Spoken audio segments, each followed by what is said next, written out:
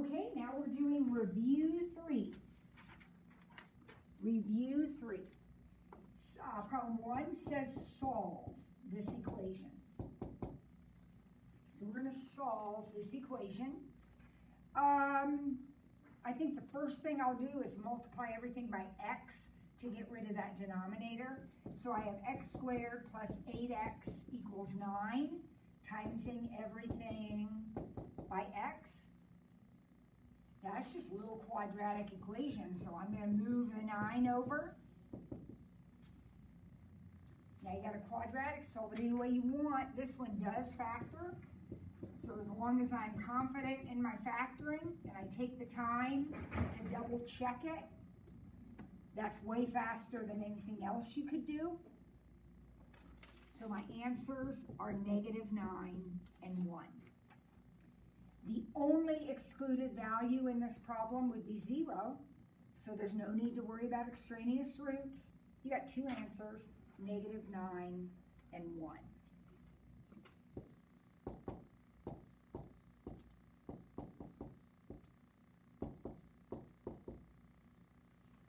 All right, now we have a logistic function. This is a logistic function, and we are finding the horizontal asymptotes. So we know that the horizontal asymptotes are end behaviors. We know what a logistic function looks like. And so the asymptotes are what happens as it goes this way and as it goes this way. Simply looking for the end behaviors. So we stop and think about what happens as x gets really, really big. As x gets really, really big, this gets really, really small because that's 3/5.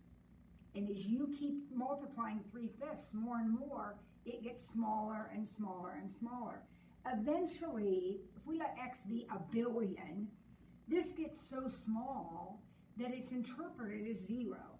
So this pretty much disappears because that's become 0, because that's so big. So we end up, if that's gone, we end up with 32/1. So one of your horizontal asymptotes, your limit to growth asymptote, is 32. Now on the other side, we're letting 0.6 be raised to huge negative powers. Huge, billions, zillions. Well, 0.6, that's 3/5, 6/10. Because of the negative, that becomes 5/3 to the billionth power. Well, 5/3 to the billionth power becomes huge. So big your calculator won't even handle it. I mean, it's huge. So this gets absolutely astronomically huge. So you have 32 over huge, which is a very small fraction. So your bottom asymptote is 0.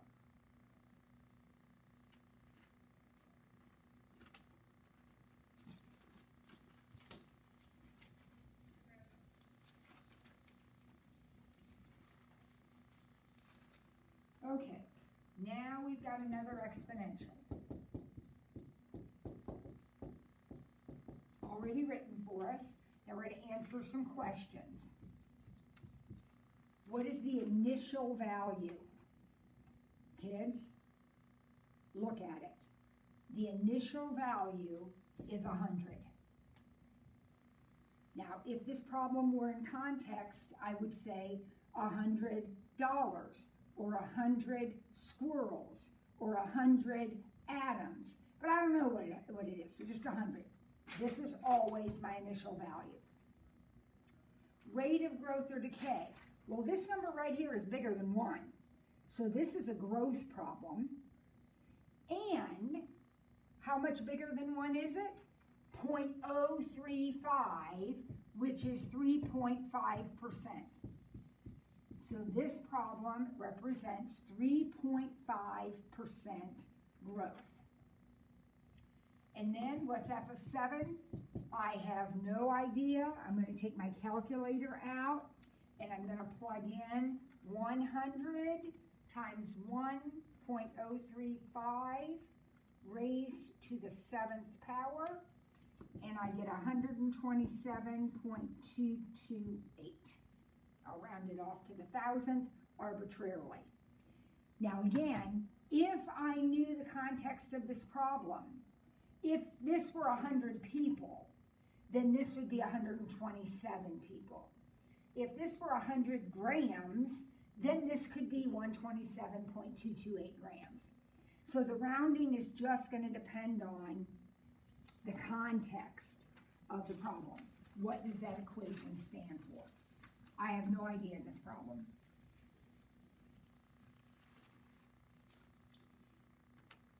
All right, now I'm going to solve a longer inequality. We did a shorter one in one of the other reviews, but this is a longer one, and it does not factor by grouping.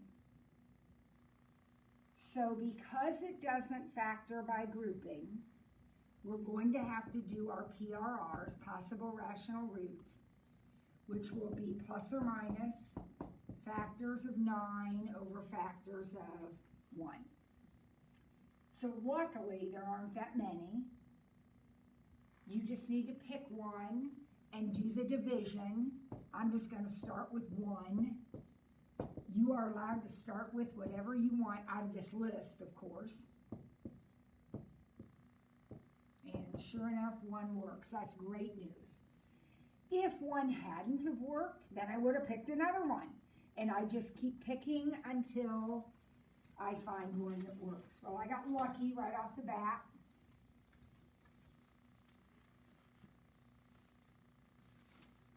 So now I'm going to take what's left, which is x squared plus 6x plus 9, and I'm going to factor that. Oh no, oh no. This is bad news. This means that the factors in my problem are x minus 1, that's the one I guessed, and then x plus 3 squared. When you have a square on your factor, it means that your shaded regions on your number line, in a minute, this is a less than, so in a minute we're going to the number line.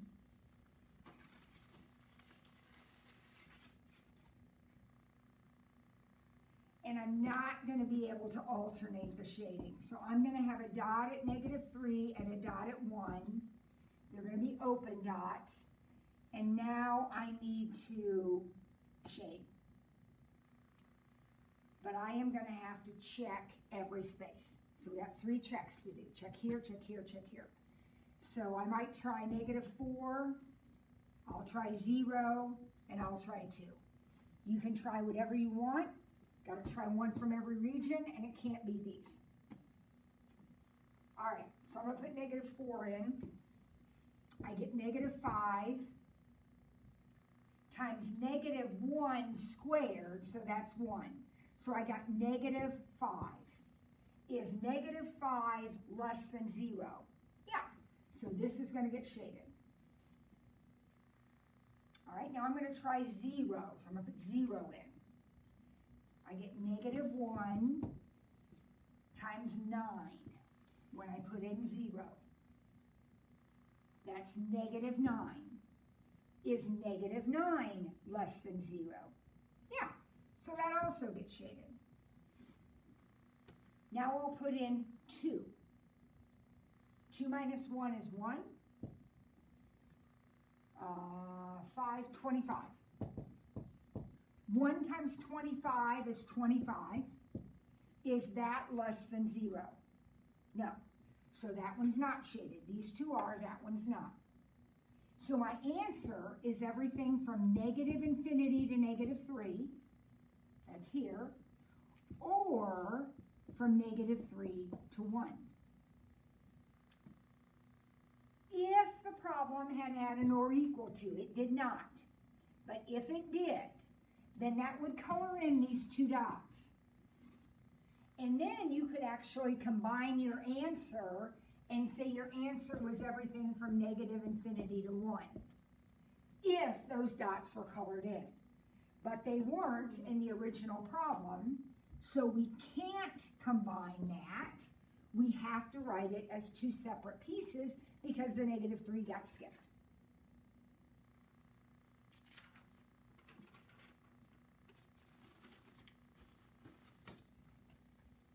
All right, last one. The population of math teachers is given by this little logistic function.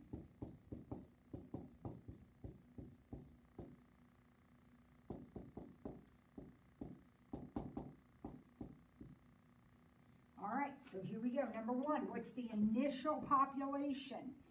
Unlike exponentials, you cannot look at this and tell me the initial population. You have to calculate it. The initial population, remember, happens when t is 0. So what we really need to find is the y-intercept, or the value of the function when t is 0. So I'm going to have 10,000 over 1 plus 80 e to the negative, well, actually, just to the 0th. Because if I put 0 in, this is going to become e to the 0th. Well, everybody knows e to the 0th is 1. So I'm going to take my calculator and I'm going to divide 10,000 by 81. And so my initial population is 123 math teachers. That's how many we started with, 123 math teachers. 10,000 divided by 81. What is the maximum population? Now that one, you can look at the equation because we know that the maximum population is the limit to growth, and the limit to growth is going to happen right here, right? As long as that's a 1, that number is your maximum. So the maximum population is 10,000 teachers. That's the maximum, straight from the equation.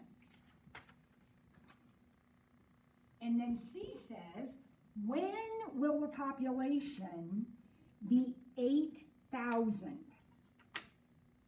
When will the population be 8,000? Well, think about what your equation represents here. This is the population. When is the t? So we're going to say 8,000 equals 10,000 over 1 plus 80 e to the negative 0.3t.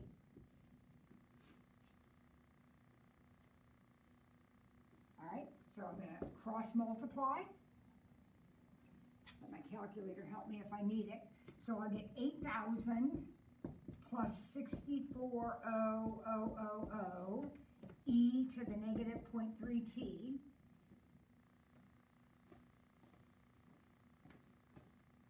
equals 10,000. So 8,000 times 1, 8,000 times this thing, and then 1 times that. So now I've got this equation. So I'm going to subtract 8,000. I sure hope I haven't gotten too many zeros in there. So I subtract 8,000. Now I'm going to divide by 640,000. So e to the negative 0.3t is going to equal 2,000 divided by this number. So I'm going to go ahead and get rid of all those extra zeros. And so that's going to be 1 over 320, because I'm dividing basically by 640 now.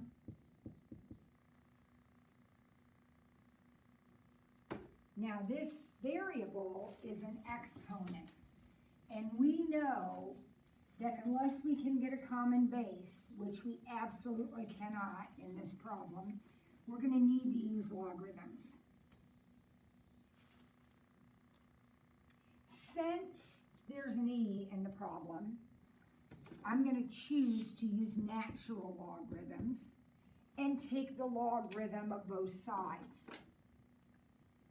We discussed this. The beauty of that is, what makes that so convenient is that those cancel out and we're left with negative 0.3t equal to ln 1 over 320. So t is just going to be ln 1 over 320 divided by negative 0.3. So when I type this into my calculator, the only thing I have to remember is to close this parentheses. So 1 divided ln, 1 divided by 320, close the parentheses, divided by negative 0.3, and I get 19.228 years. When will the population be 8,000? After 19.228 years. And that's the end of that one. All righty.